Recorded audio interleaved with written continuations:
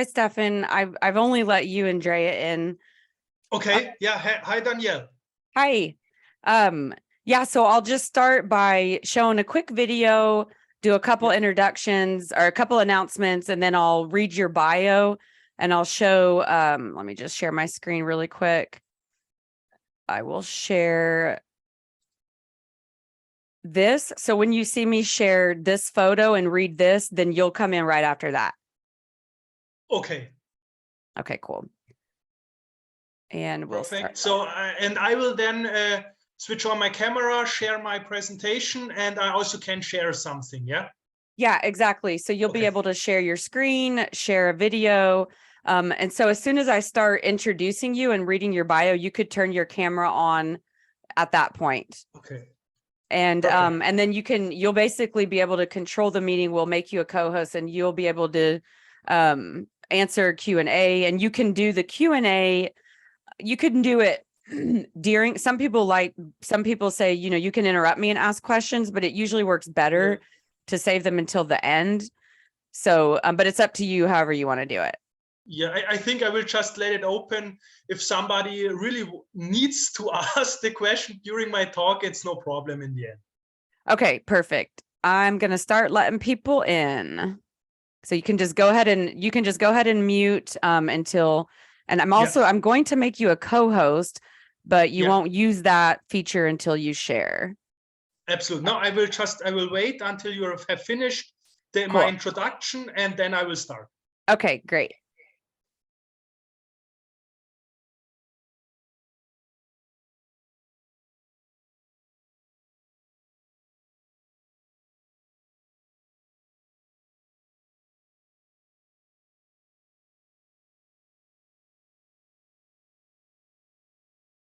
Happy Monday, everybody. We'll just give everyone a few more minutes to join, and then we will get started. So just be a couple minutes of quiet. We'll start here in about 4 minutes.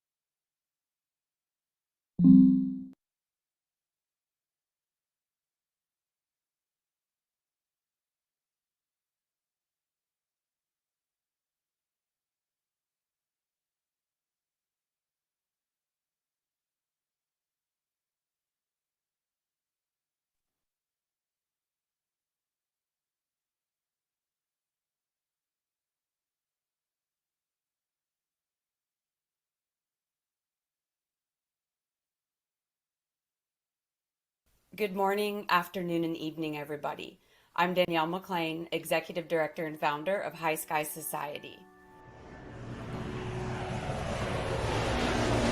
I'm so excited to introduce this month's distinguished speaker. But first, I want to tell you a little bit about High Sky.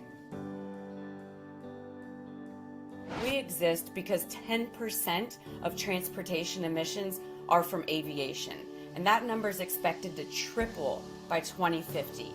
We believe that hydrogen is the only solution to decarbonize aviation. There are three big challenges with implementing hydrogen for aviation. I call them the big three: infrastructure, cost, and regulatory. We work with aircraft manufacturers, fuel cell developers, hydrogen producers, and everyone in between to help lower the cost and availability of hydrogen. And of course, we work with government, industry, and other organizations to help develop a safe path forward to regulate this nascent space. High Sky Society holds free monthly webinars on the third Monday of every month. That's what you're at right now. This is High Sky Monthly. Distinguished speakers include folks from Plug Power, Universal Hydrogen, High Point, Highmark, Plasma Kinetics, Luftcar, and so many more. I can't even put into words how much I've learned from these webinars. So thanks again for all of our distinguished speakers. Past webinars are available on our website, highsky.org/shop. And I really look forward to seeing what we're going to learn in 2023 throughout these invaluable webinars. And finally, our flagship event, Flying High, is June 21st through the 23rd. This is the world's largest hydrogen aviation event. We are so excited. We'll have over 1,000 attendees, over 100 presentations, and the network is just going to be unheard of. So whether you're an industry professional or just looking to learn more about hydrogen aviation, Flying High will definitely have something for you. Sponsors can showcase their services or products to over 1,000 highly targeted attendees, or you can join over 100 speakers to do a presentation on your service, idea, or company. We cannot wait to work with you. Tickets are available now on our website. Get them. This event will sell out. We have a limited number of sponsorships and speaker slots available, so I encourage you to get in now so that you can showcase your technology or company or idea to over 1,000 highly targeted hydrogen aviation industry folks. It's a virtual event, but not Zoom. I can't wait to see you at Flying High. So now let's jump into High Sky Monthly.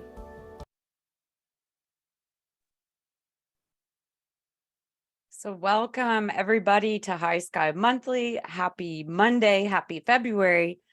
We're so excited about Flying High this June. And Rishav, if you want to put a link in the chat, that'll take you to our website where you can learn more about it. If you are, awesome, you're on it. I'll just go ahead and pull that up. So you can click that link in the chat. It will take you to our website. It'll tell you all about Flying High, some of our partners. This is the virtual event center where it'll be held. If you're interested in becoming a speaker or a sponsor, you can email me directly. My email is in the chat, or even better, you can click the Calendly link, which many of you have used. It'll take you to my calendar. That's actually the most efficient way to learn more and get in touch with us. And at High Sky Society, our mission, like I said in the video, our mission is to advance hydrogen aviation. If you would like to support that mission, you can donate on our website. You can donate with good old-fashioned PayPal here, which will take you to a screen that looks like that. It is ours. And then, or you can do it this way with a credit card. So we do appreciate all of your donations, and that all goes to help advance hydrogen aviation in North America, and even most important, the United States, which we've got some catching up to do in that space. So We do these every month. This is High Sky Monthly. They're free webinars that everybody can attend, open to everyone. If you would like to purchase past webinars, you can also click that link that is in the chat. It says Webinar Vault. You can get those a la carte if there's just one that you want, or you can get unlimited access by clicking here, and it takes you to some of the payment plans that we have available. The amount of learning that you will find in these webinars is really unheard of. So now let's jump in to today's presentation. Today, I'm so excited to announce Dr. Stefan Maendl. Dr. Stefan Maendl has done a PhD and a postdoc in solid state physics at TU Munich, and he's been active in the field of model airplane flying and unmanned aviation for 25 years. During that time, he also participated in various competitions, and based on the experience gained with model airplane building, he founded SilentWings together with the medium-sized company TQ Systems to develop a high-end eVTOL with a fixed wing powered by hydrogen fuel cells for ranges up to 440 miles. That's a game changer. SilentWings' goal is for their drones to replace manned helicopters for applications in the area of inspection of large infrastructure. So without further ado, I present to you Dr. Stefan Maendl. Dr. Stefan, you can take it away. Yeah, so thank you very much for the kind introduction. I also welcome everybody here in the meeting, and I'm happy, of course, to introduce you today to SilentWings and also to have this opportunity. Now so I hope now everybody can see my presentation on full screen. Is this correct, Danielle? Looks good. Okay, so thank you very much. And so with that, I start with the presentation. So as already told in the introduction, we are dealing with hydrogen drones. So we develop an automatic vertical takeoff and landing drone powered by fuel cells for long range. And we look mainly for the application in the area of inspection of large infrastructure. And before I start with the main slides, very important, our drone SilentOne is not just another drone available on the market, because we know, of course, the market, we know the battery electric drones, but our drone is a game changer, especially in the market of inspection of large infrastructure due to the long range made possible by hydrogen and, of course, the fuel cell. And with the first slide, I come to the problem that we want to solve with our drone. At the moment, the inspection, surveying, surveillance of large infrastructure like oil and gas pipelines, power lines, street and railroad networks, border control, or also fire monitoring are solely done by manned helicopter. And in our opinion, of course, this is at the moment a good solution, but in the future there might be a better one, because manned helicopters are costly, emit a lot of CO2, are noisy, and at the moment they also cannot be automated. And therefore, to enter now the market of manned helicopter with the UAS and to perform this kind of missions, you of course need a very long range, and our customers, they want to do it fully electric. And therefore, we see the only solution in this case by using the high energy density of hydrogen. And therefore, our answer to the problem is the UAS or drone SilentOne that you can see here on the slide. So we have a span width of 4.1 meters. We have a maximum takeoff weight of only 35 kilograms with a maximum payload of up to 10 kilograms or up to 6 hours flight time with 700 kilometer range or 440 miles during one mission. And with this hydrogen powered UAS, we want to reduce the operational costs of the manned helicopter by 50% or even more. And we are now the first, as far as we know, integrating hydrogen in vertical takeoff and landing UAS, including a highly developed safety concept. And of course, on all these specific points, I will detail on the next slides now to explain these points to you. So first, as I said, we have a long-range eVTOL, but with fully electric propulsion. And as I said, this is very important for our customers because all potential customers said they want to have the high range, but they are not interested in a combustion engine that are, of course, would be possible in this kind of UAV, but they want to have it fully electric.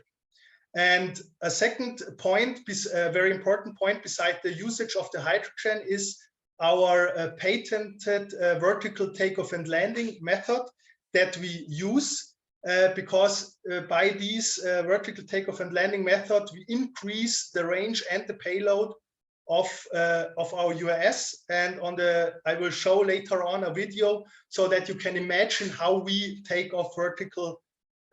Because in our case, we do not tilt the wing, we do not tilt the motors, we tilt the rear tail of the UAS. Additionally, we have a highly secure safety concept with several redundancies and a parachute.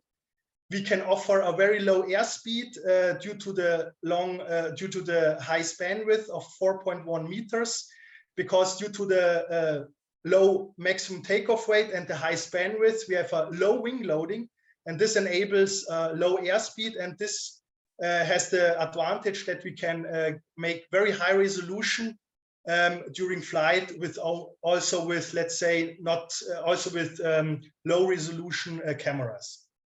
And because we use hydrogen, our UAS can be refueled and is therefore within minutes again ready for the next mission, because the batteries that we of course have on board for vertical takeoff and landing, they are charged during flight, and so they do not need to be recharged after landing because we have enough power on board if they are charged during flight to take off again. And due to the high payload, we can mount several sensors. So within one flight, we can take several data and make the flight as cost efficient as possible. And therefore, we can also now to the second, to the row on the right-hand side of the slide. So the specifications make SilentWings cost efficient, silent, of course, sustainable and environmentally friendly, because with our UAS, we can avoid the CO2 emitted by the helicopters and can sustainably protect the critical infrastructure. And with that, I show you the video to give you an impression how we take off and land vertical. So just one moment, I have to share my screen. Do you see now, Danielle, can you see the video? I see the slide where it says show video. Ah, okay. So then this is not what I want. Just one and just make sure when you share the screen, share your sound as well, if there's sound in the video. No, there's anyway no sound, but so now can you see a picture of the video? Yep, you're okay, ready. Perfect. So then I can, so now here you can, so it's an animated video at the moment, but we are already quite near what you will see here. So nevertheless, you see it now in the vertical takeoff and landing position with the tail tilted up. And in this configuration, we start vertical. And in the first step, we tilt during the hoovering the tail into the aerodynamic position. And in this position, we then go vertical into the aerodynamic mode. And in this aerodynamic mode, we have just every advantages of a fixed wing plane. Also, that means we fly very, how to say, we fly very with low energy, so we can fly over a long range. And then to go again to land vertical, in the first step, maybe I go back a little bit. So in the first step, we turn around by 90 degrees into the vertical direction. Then we reduce the height of the UAS. And in the second step, we again tilt the tail in the hover position to then land vertical. And this is the complete cycle of vertical takeoff and landing. And of course, this is at the moment an animated video. And the most interesting thing is, of course, to see it in reality. We are quite near to perform the complete cycle also in reality, but because we are not finished completely at the moment, we have unfortunately no video, but hopefully mid of the year we can show a complete video of the real UAS take off vertical and land vertical. So now I go back to the presentation. Just one moment. So,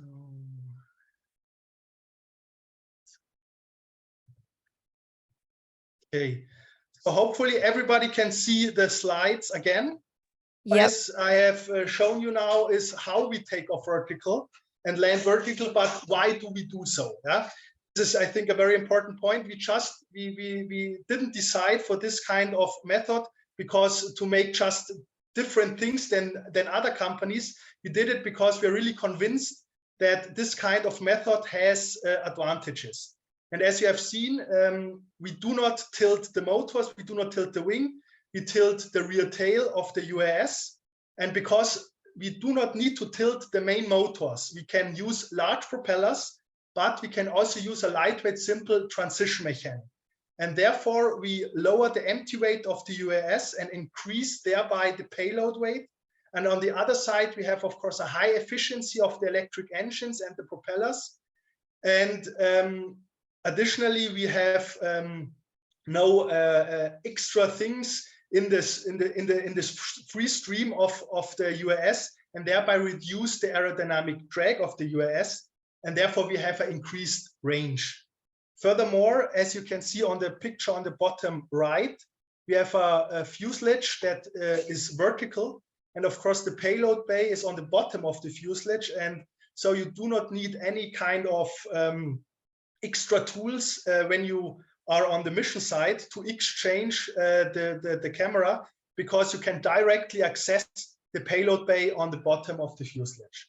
And of course, as already said, we have a large span width and enable thereby a large flight envelope and a low airspeed. The flight envelope can be seen on the left side of the slide. So on the left side, we have the aerodynamic stall speed of the UAS. On the right-hand side, the maximum speed of is, of course, limited by the structure of the UAS, and the maximum height of the UAS is limited by the fuel cell, because we use the oxygen from the air, and above 5,000 meters, the density of the oxygen is not high enough. So therefore, the fuel cell cannot provide the power that is necessary for the UAS.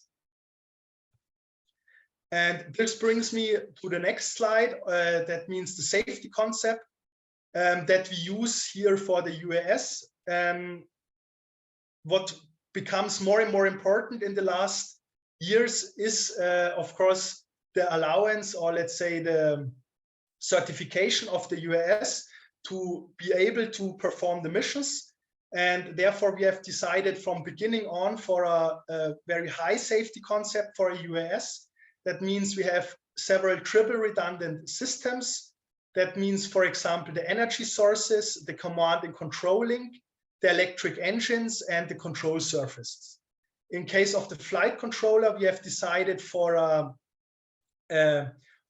industry flight controller. That means it has a failure rate of only 10 to the -6 per hour. That means it fails one time in 22 years.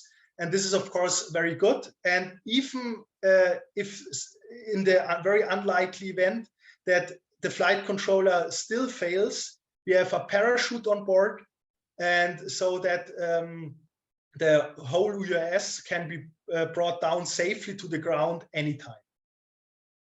And for the visibility in the air, we offer different systems that can be integrated into the drone or UAS. That of course depends on the customer and on the mission specifications, but possible is, for example, FLARM, ADS-B, of course, use-based GPS, and also possible is an automatic detect and avoid system consisting of a camera and a computer that automatically detects other airplanes in the in the picture of the camera, calculates height and flight direction and speed, and then decides if the UAS can hit this other airplane in the air or not. And if it's the case that it can hit the other airplane, it automatically takes action so that there cannot be any collision in the air. And very important, the safety system or concept doesn't change the UAS specifications. So all these kind of systems are already included in the MT-8 of the UAS. And we have done this effort just to get operation authority or operating license, especially at the moment in the EU, so following the EU regulations that are active since 2021. But of course, we also hope that with this kind of safety concept, we later on can also go to US and operate this drone also in US. But at the moment, of course, we focus on Europe because we are a Germany-based company. And also, of course, the economic efficiency for customers was very important from beginning on, because in the end, the costs are the most important factor for selling this kind of product. So we plan to support the customer from setting up the infrastructure at the site to use the UAS, and of course we also educate the customer staff we train them to use our UAS. The UAS is mobile, so even it has a wingspan or spanwidth of 4 meters, you can disassemble it. So the largest part is 1.4 meter to 1.4 meter, and no extra infrastructure for takeoff and landing is necessary. On the site of operation, the UAS is assembled. The hydrogen bottle is fueled using a booster pump. The booster pump you can see on the bottom right, including a reservoir for the hydrogen, and here the hydrogen tank. Of course, in our case, the hydrogen tank is inside the fuselage of the UAS, but you just need to connect it to the fuselage, to the booster pump, and then you can fuel it up. After the completion of the mission, the UAS can be refueled within minutes, and no lengthy recharging or change of battery is necessary. And the UAS specifications are as far as possible independent of ambient temperatures, in contrast to the UAS powered by batteries. So usually UAS powered by batteries, you can use them until 10 Celsius degree. Maximum, I would say, or minimum, as you want to see it. But the fuel cell powered UAS you can also use with 0 degree Celsius, following the specifications of the supplier. And the customer is, of course, also supported during the application process for the operating license. So they are supported with our documentation and our experience, and we will follow them until the first flight, that they really in the end buy a product that they also can use, because this is for us important, because UAS makes only sense if it's in the end airborne. And on this slide, we can compare the operational costs of a manned helicopter and the drone SilentOne. So the manned helicopter is shown on the top. So we have here the pilot, we have the observer that is usually on board. So the manned helicopter is always the pilot and observer on board. You have the cost, of course, for the helicopter that has a depreciation in Germany at least of 19 years. You have the maintenance, the infrastructure, insurance, and of course the fuel. And so we estimated here around 340 euros per hour that costs the manned helicopter for the provider of this manned helicopter. And we have done the same calculation for the drone SilentOne. We have here estimated 5 years for the depreciation of the UAS. And in the end, we come here to 150 euros per hour costs for the provider. So we have reduced with our UAS the cost for the provider of the inspection of large infrastructure by more than 50%. And this in our and this is of course in our opinion a very strong selling point for this kind of technology. And of the question that I address with this slide is, how is the drone operated? Of course, the owner of a large infrastructure are usually not very familiar with aviation or with the aviation or drones in general.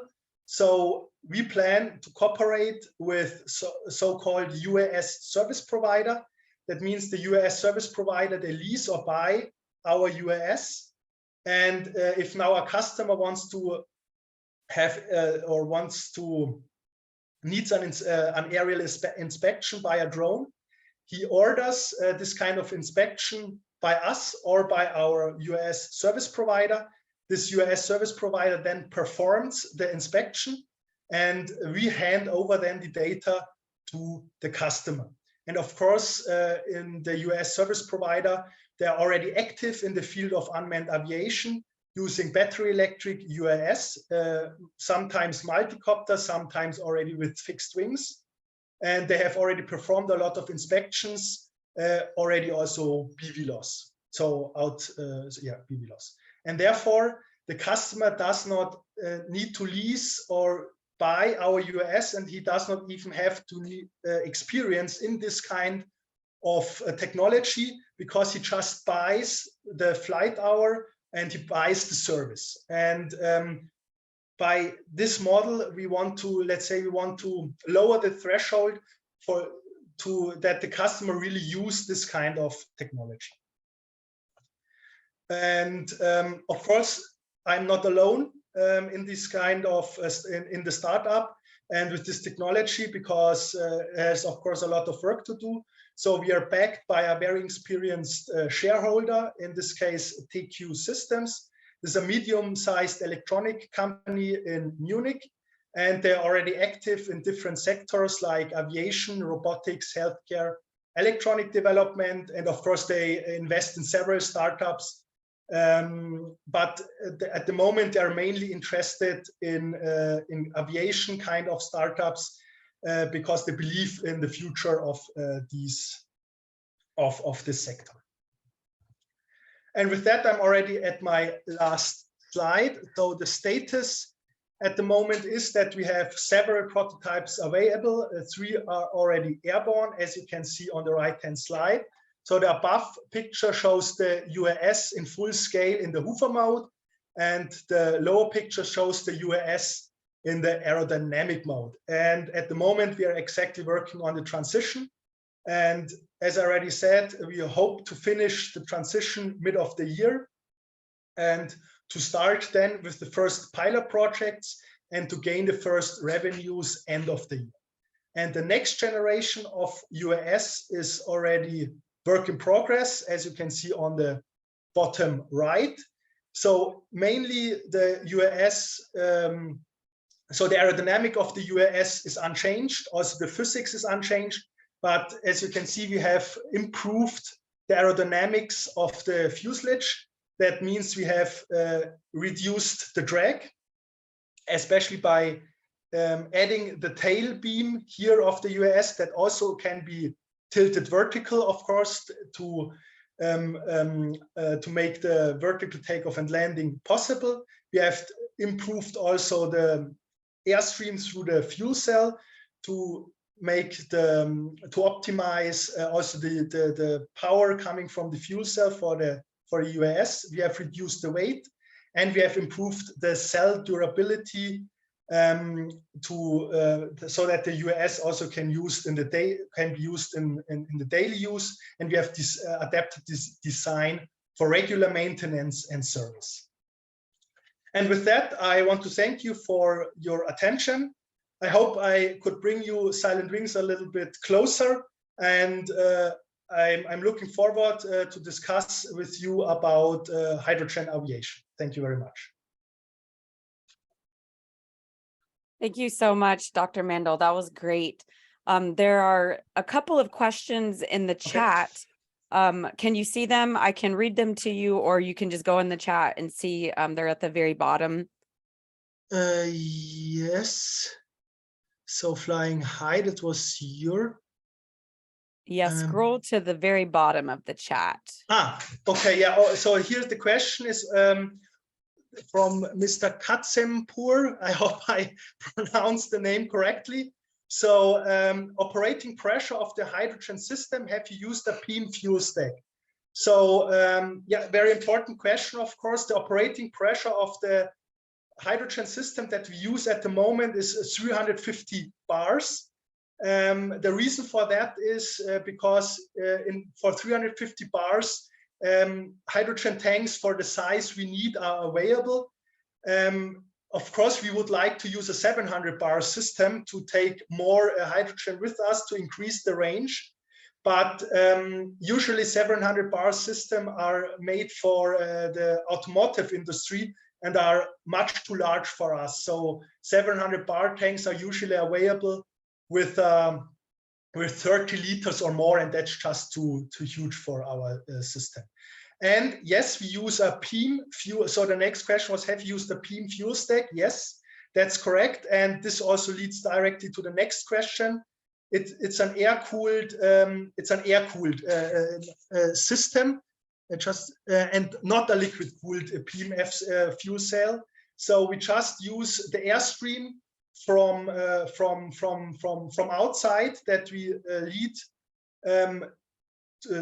with an intake through the fuselage to the fuel cell. This is one of our let's say of our developments to make this very efficiently, also that we can control the airstream, and that because it's very critical that that the fuel cell does not get too much or too less air during flight. And how do you control pitch? Yeah. So so the next question from Mr. Dietrich is, how do you control pitch in woofer? That's actually a very good question, because I forgot to address this during my talk. So maybe I go back some slides. So here, I hope you can see my mouse. And so here in the tail of the US, we have a small electric fan, and with this electric fan, depending during the hover mode, we can increase the RPMs or lower the RPM, and therefore we can control the pitch in hover mode. So what is the next in hover? How to control pitch? Yeah, I already addressed this question. So the next question of Mr. Popescu is, are the fuel cells available on the market or made for your drone only? So the fuel cells we use are available on the market. They are especially developed for drones, but available to everybody, of course. But let's say they are developed for more or less for multi-copter. So let's say the important development here was to make it also usable for fixed wing drones, because we use the ram air during flight, and usually when you use ram air, you have to adapt the flow internally to that still the fuel cell runs as effective as possible, and to really get the 440 miles range. So next question is, what increased endurance have you seen with a fuel cell versus battery?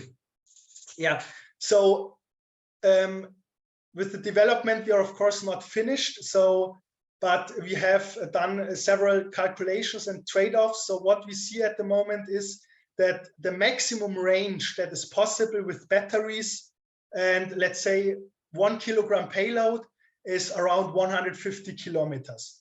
And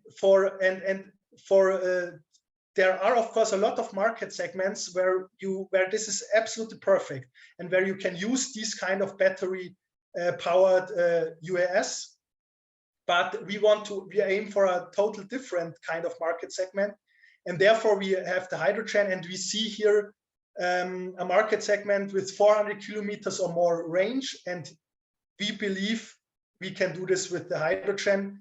And yeah, I hope I have answered your question. And I just want to add to that, Yeah. To that question. In my previous company, we did this exact experiment, and we went, I'll just use it in terms of minutes. We went 15 minutes with batteries, and then we just swapped out the batteries for a fuel cell, and we went 60 minutes. So about 4x. And that sounds about what your calculations were, around 100 kilometers to 400. So theoretical to actual, it was 4 times. And I also want to add that some of the off-the-shelf fuel cells that are available, you can learn about on our website. In some of our past webinars we've had, I don't know who Dr. Maendl is using, but I would speculate that it's probably one of those suppliers that you can access in our webinar vault, where they actually present their technology. So I encourage you to go on there and watch some of those videos. And I'm going to help you. I'm going to help you with some of these questions because they're coming in pretty quickly. So Rishav asked, did you develop your own flight controller software? Exactly. So this is the next question. We would develop it together with a very experienced company that already made flight controllers and softwares for Airbus. And so as basis, we use the software of this company, but of course we adapted it to our special needs, and therefore, let's say it's a development that we made together with this company. So how much is the power of the fuel cell?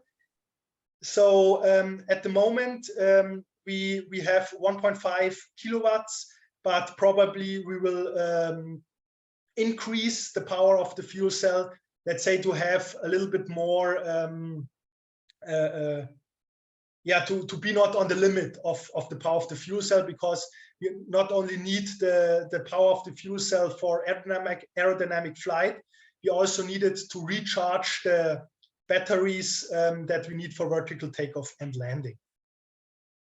How much does the aircraft weigh and how loud is it? So the maximum takeoff weight of the aircraft is 35 kilograms.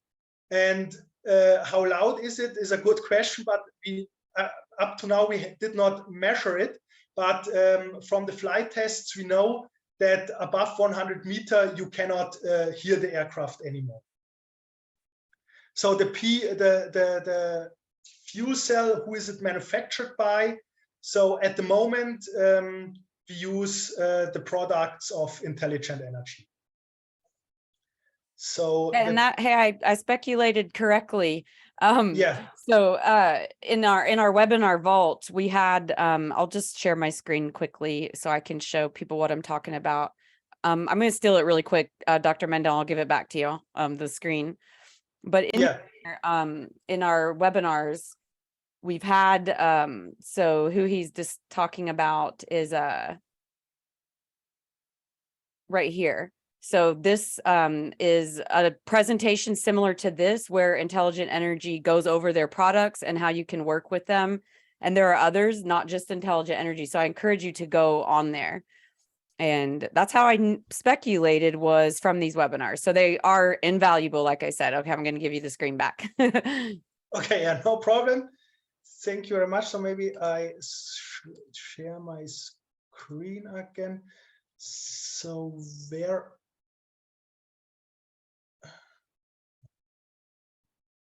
Okay, so I cannot see the question anymore. Just one moment.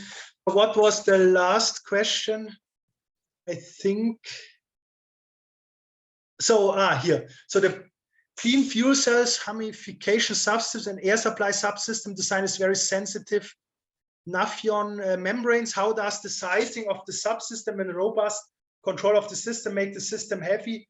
How is it being mitigated?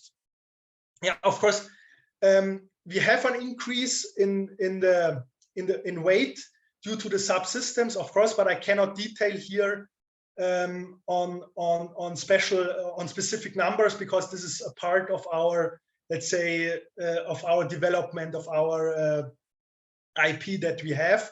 And how is it being mitigated? Yeah, I mean, of course it is, we try, let's say, we try to make the system as light as possible, but of course we need this kind of systems to make the fuel cell work. So it's the same, like the same thing for vertical takeoff and landing. The ability to take off vertical always also adds some weight to the system, and in the end you cannot mitigate it.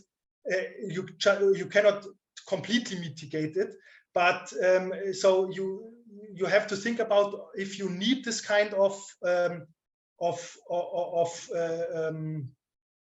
ability or not. And if you need it, then you just have to take the weight. So the costs of H2 per kilogram, I know it per lead. Yeah, it's not very, let's say, it's not very costly, but to be honest, I don't know the exact number at the moment. I would have to look it up. So then the next question, is there an active pitch control in the propeller for hover, climb and cruise conditions? No. So at the moment we have no pitch control in the propellers. We thought about it, but we will here to let's say to mitigate the problems, of course, to go over from hover to pitch, and we will probably go for a other system, but I cannot detail on that at the moment. Is there a flight? So the next question is there a flight profile segment that can or is be flown battery only? I'm not sure if I understand this question correctly, but maybe it is if we also have a UAS that flies only with batteries, and the answer here is yes, but only for prototyping. Later on, we do not plan a version that is only let's say that that is only battery powered, because the market for battery powered UAS is, in our opinion, already, let's say, quite full. There are several players that are active that also have good products, and we aim for the other market, so we really aim only for hydrogen aviation. So the next question is, hover and climb generally requires higher discharge rating, which is drawn from the battery. Yes, this is correct. The fuel cell only let's say only has is sized that way that only gives the power for aerodynamic flight, and otherwise the UAS would just get too heavy. And for the climb during vertical takeoff and landing, we have batteries on board that give the extra power, and they are then recharged during flight. So the next question is, how many kilograms of hydrogen per tank average? So I'm not sure. So so we have one hydrogen tank on board at the moment, and we have here around 400 to 500 grams hydrogen that we plan to take with us. We also used intelligent. Yeah, those are just my comments. Okay. Yeah, and no offense, Daniel, but I also am having a hard time understanding your questions. So maybe you could reword them for Dr. Maendl. Yeah, and I was hoping to take a minute and talk about your business model, because I thought that was really interesting. So if I understood correctly, SilentWings is not selling the drone. You're selling a service that, let's say, maybe I have a desire to inspect a railroad track. How does that work? No, this is not absolutely correct. So we, SilentWings is only producing the drones, but we work together with a so-called UAS service provider, and they provide them the service. But but we have decided in our business model that we cannot, because we are a very small entity, of course, at the moment, that we cannot do both. We cannot provide the service and the production of the UAS, and therefore we team up with other UAS service providers here in Germany or in Europe. And of course, the same business model we would then plan for US if you later on go to US. Of course, at the moment, we have to focus on Europe because we are quite small, but nevertheless, US, of course, is a huge market, and we, of course, also plan to go for that. Yeah, and that was my next question. I heard you say you're focusing on Europe, but what would it take to, implement that into the US, a United States partner? Yes, so at the moment, we are anyway in a financing round. First, we have to finish this financing round. Then we have to take first revenues pilot projects in Europe. And as soon as this is finished, and we of course really want to grow, then we want to go US, and of course we need then a US partner, because without partner, it would be quite difficult, because mainly we focus at the moment on the regulations in Europe. Probably they are comparable to them in US, but here we need then a US partner that we can talk to, that we can work with. Cool. Yeah, there's one more question. Yeah. I'll let you answer that question before I answer. Yeah. Ask. I have many questions. I could ask questions all day. So the question is, you mentioned revenue this year. From where is the revenue? Yeah, so we have potential customers here from Germany, and they are, let's say, they wait for us finishing our development, and with them we go then for the first revenue, especially in the oil and gas pipeline sector. But due to the, let's say, because we have not finished or we have not started this kind of pilot project, I cannot detail the name of the company. Cool, thank you for that. And by the way, to all the participants, you all are more than welcome to unmute and turn your camera on if you'd rather ask the question that way, or you can do it in the chat. We encourage the interaction. We've had some really cool conversations come out of these meetings, so feel free to unmute and turn your camera on if you'd like to talk with Dr. Maendl personally. Now, in the past, we've had on these presentations, they sort of got kind of, investor pitch heavy, and we had a couple of people complain. Personally, I would like to hear about your funding raise. And so if that's okay with the participants, after Bud, I see Bud has unmuted and turned his camera on. But if you're okay to talk about it, Dr. Maendl, I'd love to learn more about your raise and how we might be able to help you. All right. Yeah, maybe I will detail on shortly about our financing round, and then I will go to Mr. Skripal and answer his question. So as mentioned by Danielle, we are at the moment in a financing round that we want to finish, of course, as soon as possible. And we have already some partners on board, especially so from industry and from official sides. But still, we need some more investors to finish it. So just to make it short, if somebody is interested, we have, of course, a pitch deck, we have a business plan, and he or she come back to me, and I can give more information. So now, Mr. Skripal, what's your question? Like Danielle says, the questions are huge. I was at one of those hydrogen VTOL love fests, and somebody sitting at my table was from Germany, and he said there was a company in Germany that was putting the hydrogen tank in the aircraft as a spar. In other words, they had 2 or 3 tubes inside the wing as the place to store the hydrogen. It sounded like a good idea. I don't know if they've gotten real, but do you know of them? I think you know of them. Yeah, I know them. I just don't know the name right now, but I've seen them. I've seen their design. They, as far as I know, they're doing it for manned aircraft. So at least for a 4-passenger aircraft or larger. And I know, and I also, as I've seen their technique, I also thought about it if this would make sense for let's say for smaller aircraft, but I think due to that because you okay, to start, sorry. So to make the hydrogen tank robust enough for 300 bars or 350 bars, you need a very thick wall.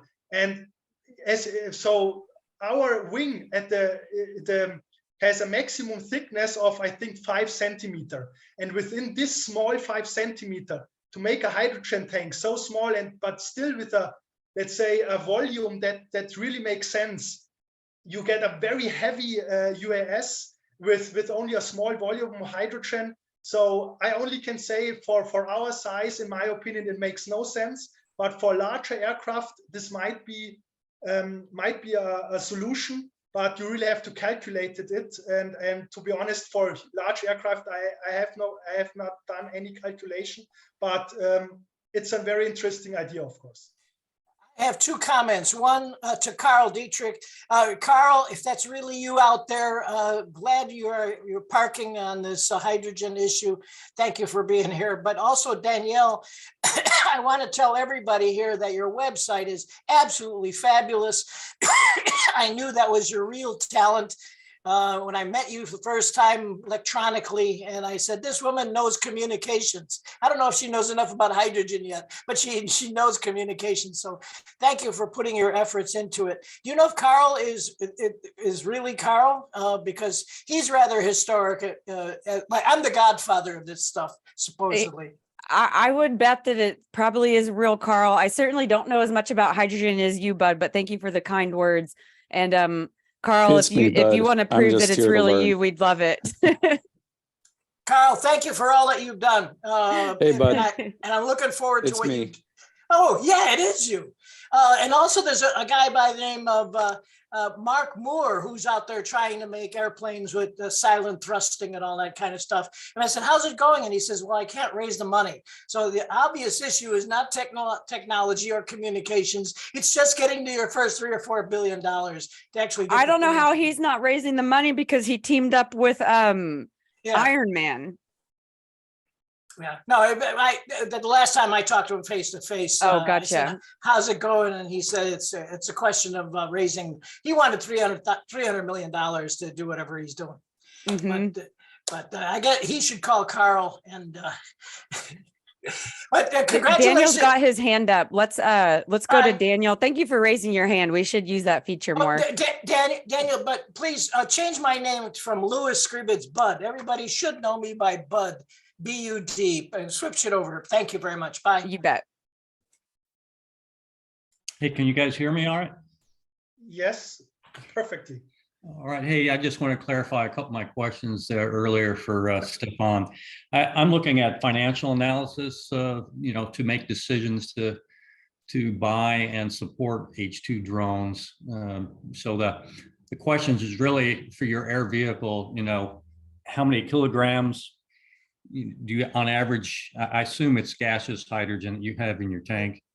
And so, a typical fill for a mission, I don't know what the quantity that you can put into that tank, but that's a metric that really helps a financial model, make a determination on, is there good revenue in this and what to charge. So it's that metric. And the other one is the fuel cell itself. I assume you're using probably the cheapest form of hydrogen you can buy. So I would think that goes into the analysis as well. I assume you're not using green hydrogen because it's not readily available, but probably gray hydrogen is the type of hydrogen you're using. And that goes into the financial analysis of my question of, what's the cost of the hydrogen that you're using? Of course, the United States has a goal of getting to a hydrogen shot at $1 a kilogram for the green stuff. But that's the genesis of my questions. The last thing I'd say before I turn it back over to you, I really liked your design. I've been looking at tail sitter eVTOLs for many years now, and your design with transitioning the tail solves a major problem that several other companies have out that are doing very well with similar type designs. But the issue is landing and takeoff and where the center of gravity is, and having your legs, if you will, your landing gear spread far enough apart that you can do a very successful autonomous landing and takeoff without any kind of human assist. So hats off to you. I really like that design. I'm looking forward to seeing more of it. Back to you. Yeah, so thank you very much. Yeah. So our design, this makes us different a little bit, but we also see, of course, the advantages. So I come to your hydrogen questions.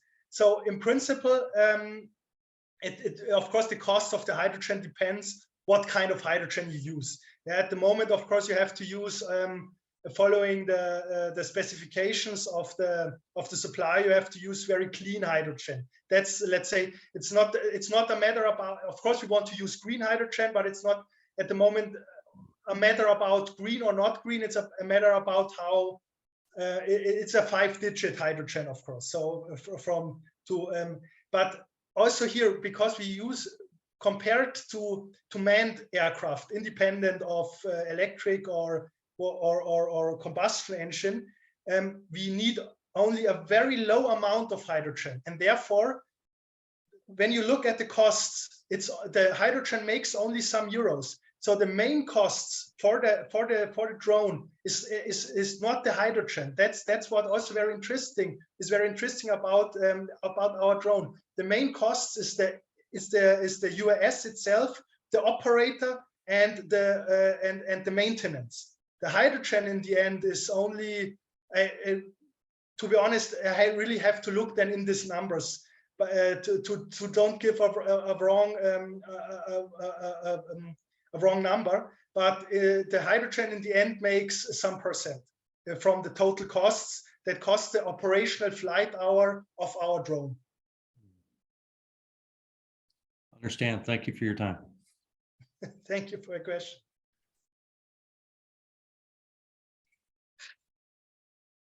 So did you see Preet's comment?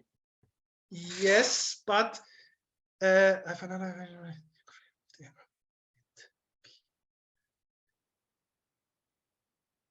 Maybe Preet, do you want to go ahead? To be honest, I really try to understand the question, but I'm not sure what is the question that you want to know if a tilt body is more efficient than a tilt rotor configuration. Of course, can you foresee? Preet, do you want to come on camera and ask Dr. Maendl?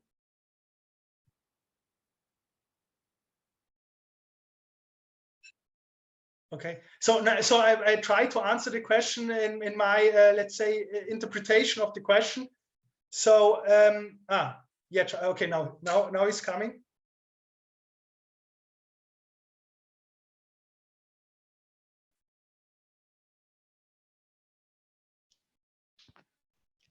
Can you hear me? Yes, I can hear you.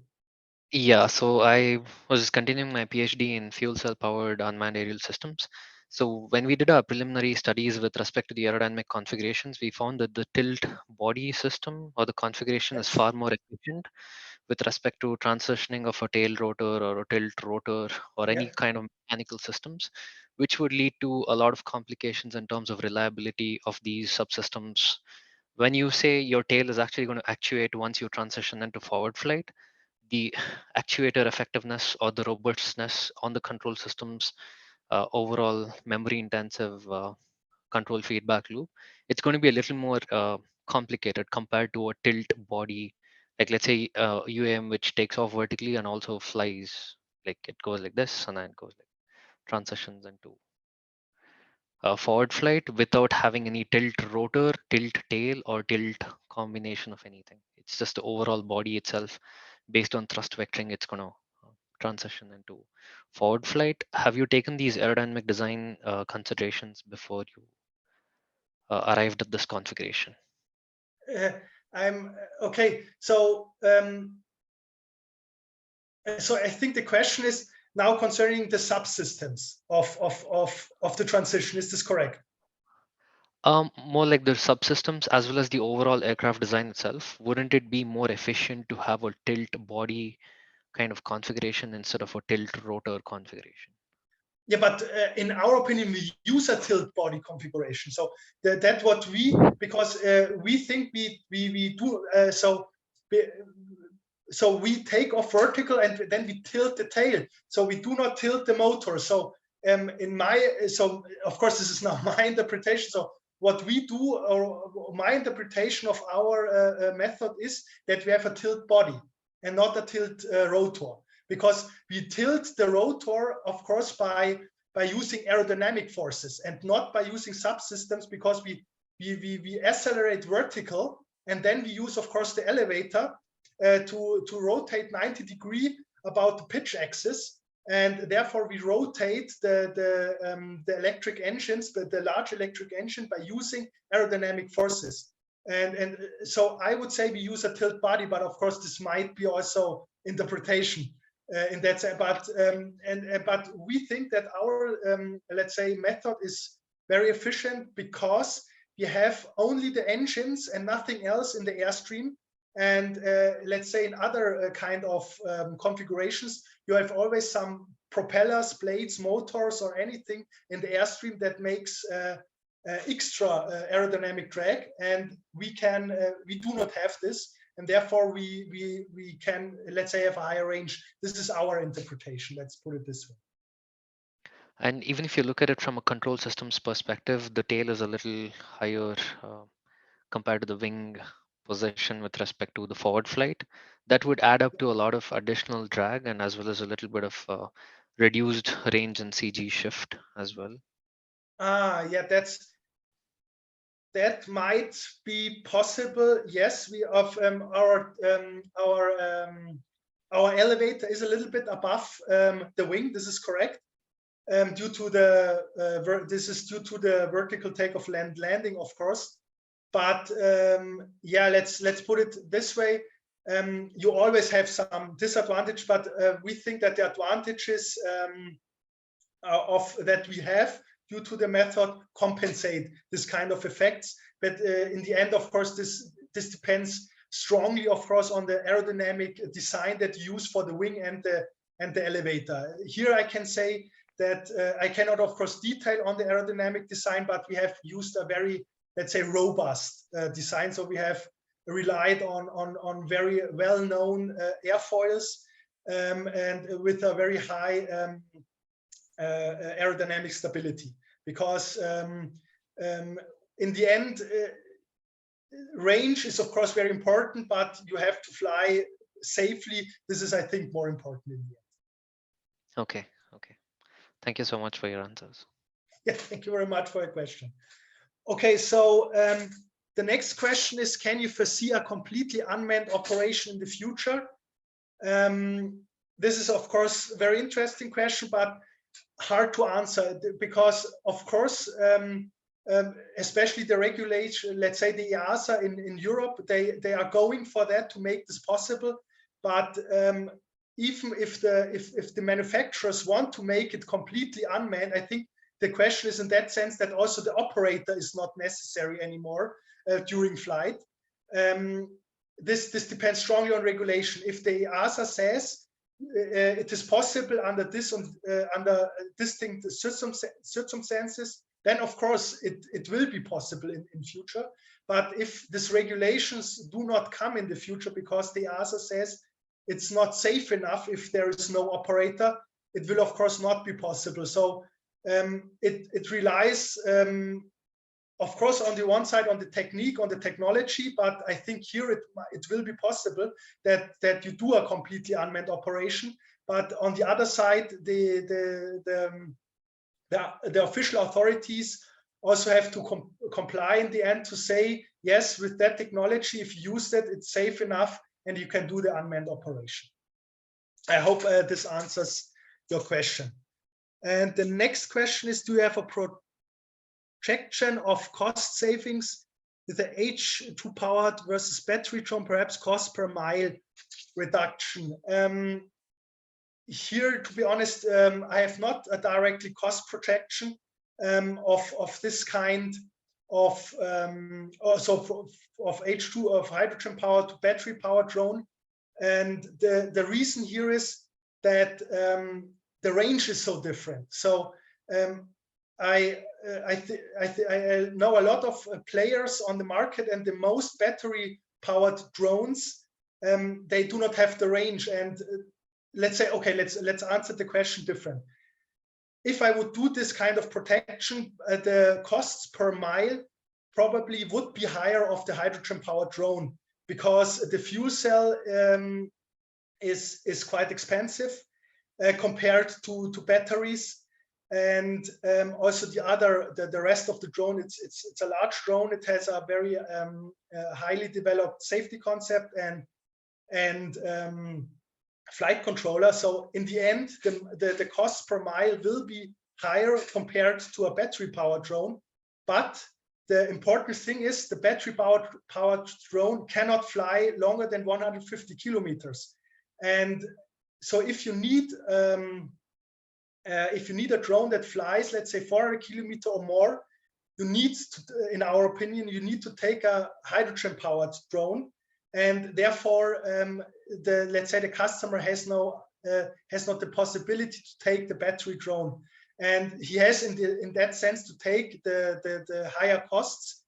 And but for us, the important thing is that we are let's say much more cost efficient than the manned helicopter, because in the end, our market segment is the manned helicopter, and we want to go for market segments where the manned helicopter is, let's say, the most common tool at the moment. And here we want to, let's say, to set our drone to be used in future.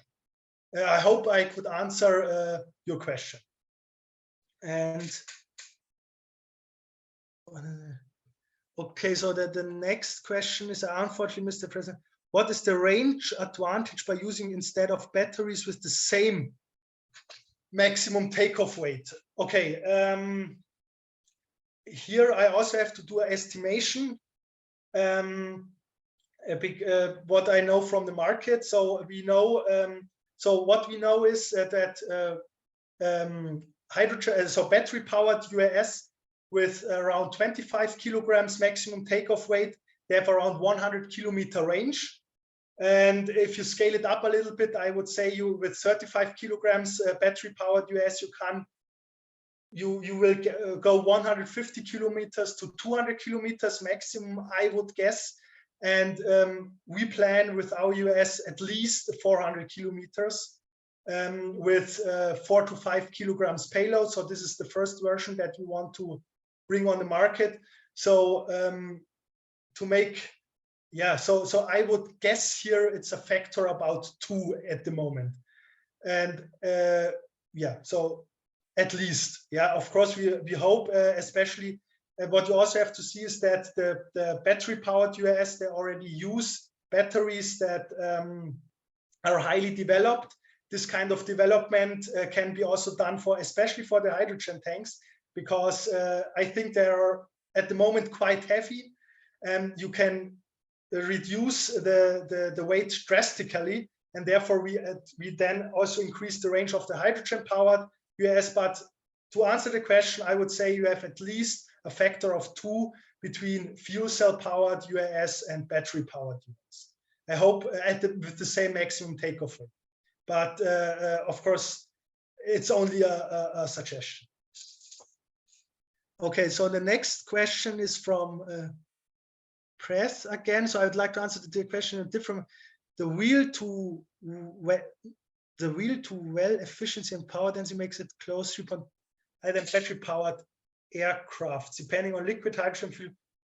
This is correct, but I know this kind of trade-offs, but I'm not sure. Well, okay, I'm a little bit lost now with, but so of course the hydrogen has a very high energy density, but you always have to take into account the subsystems that you need. So you need the hydrogen tank, you need the fuel cell, you need the control of the fuel cell, you need to control the airstream, and this of course adds weight and reduces in the end the energy density of the whole system. But yes, so my suggestion, I already said, but it's yeah, it's we in the end we will have to see what reality makes and how far we can go with hydrogen aviation. But I'm pretty optimistic that we can go far with hydrogen. So That's great. This was Thank you. the last question, I think. Yeah.